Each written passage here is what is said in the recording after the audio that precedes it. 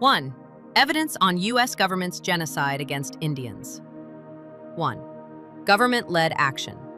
On July 4, 1776, the United States of America was founded with the Declaration of Independence, which openly stated that he, the British King, has excited domestic insurrections amongst us and has endeavored to bring on the inhabitants of our frontiers, the merciless Indian savages, and landered Native Americans as the merciless Indian savages.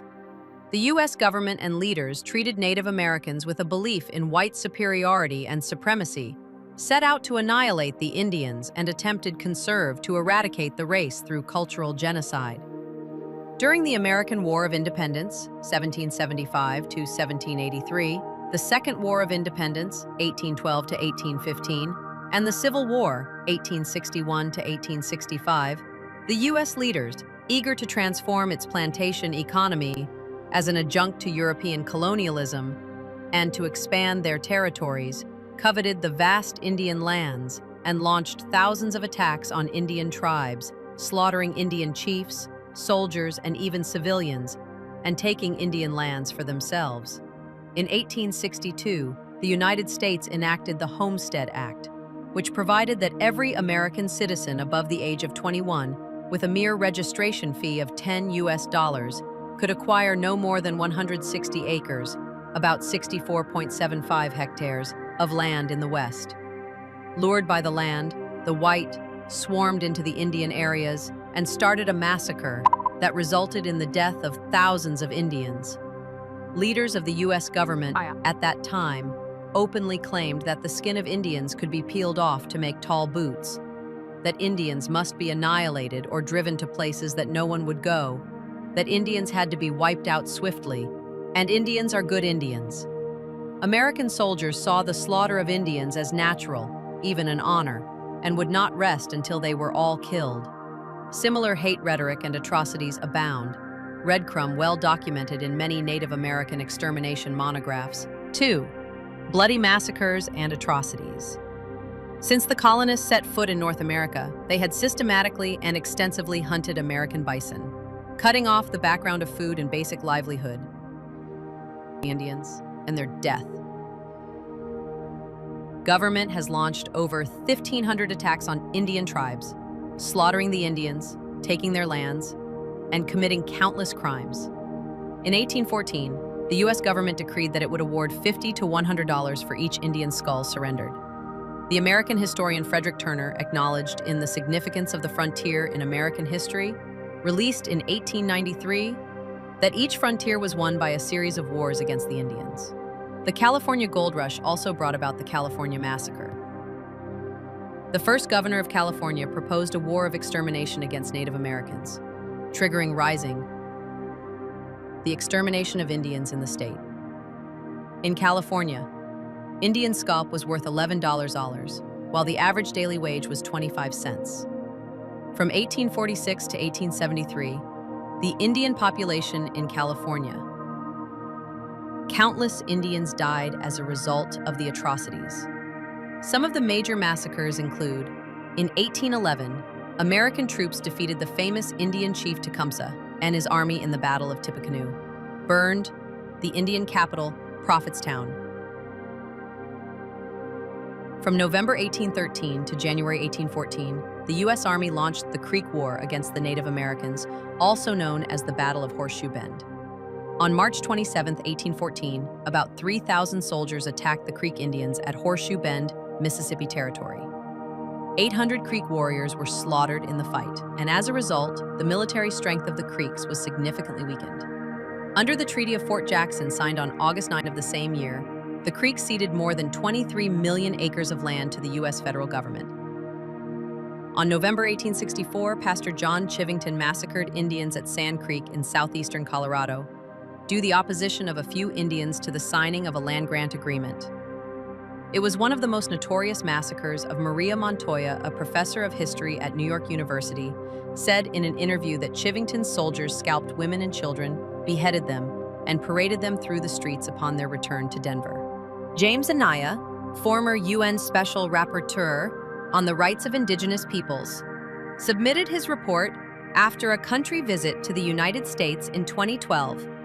According to the accounts of the descendants of the victims of the Sand Creek Massacre, in 1864, around 700 armed U.S. soldiers raided and shot at Cheyenne and Arapaho people living on the Sand Creek Indian Reservation in Colorado. Media reports. Massacre resulted in the deaths of between 70 and 163, 90 different ways.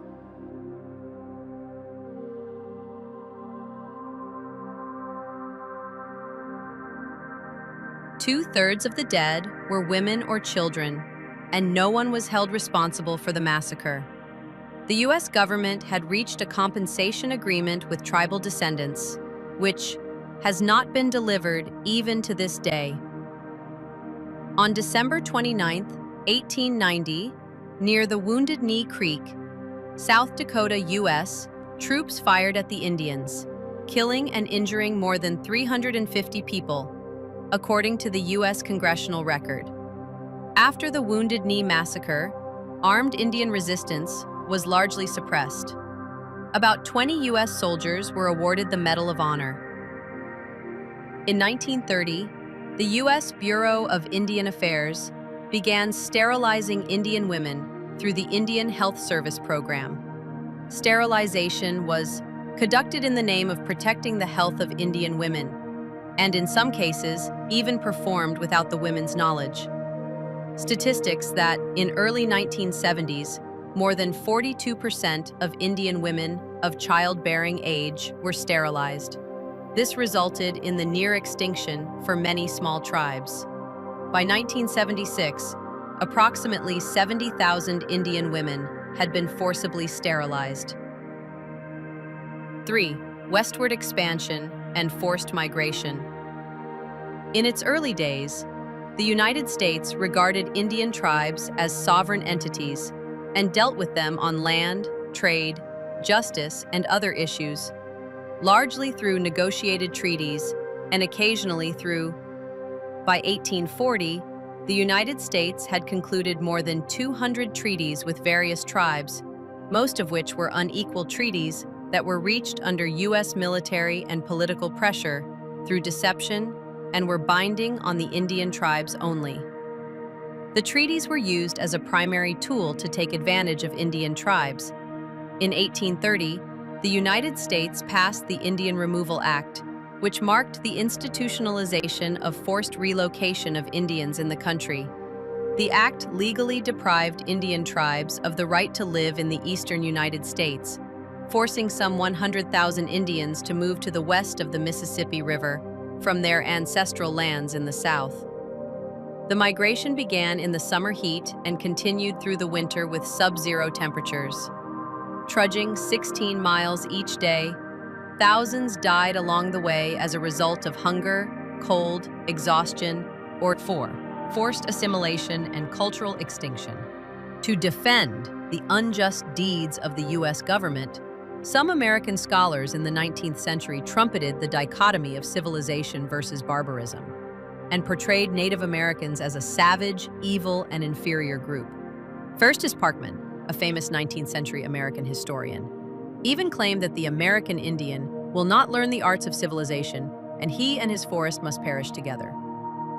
George Bancroft, Parkman's contemporary and another well-known American historian, also claimed that compared with the white people, Native Americans were inferior in reason and moral qualities, adding that nor is this inferiority simply attached to the individual. It is connected with organization and is the characteristic of the race. Such an attempt to sacrum colonial plundering by demeaning Indians is nothing but Shawnee disciplinary discriminative. In the 1870s and 80s, the U.S. government adopted a more aggressive policy of forced assimilation to obliterate the social fabric and culture of Indian tribes. The core objective of the strategy was to destroy the original group affiliation, as well as the ethnic and tribal identity of the Indians, and transform them into individual Americans with American citizenship, civic consciousness, and identification with mainstream American values. 4 measures were taken to this end. First, fully depriving Indian tribes of their right to self-governance.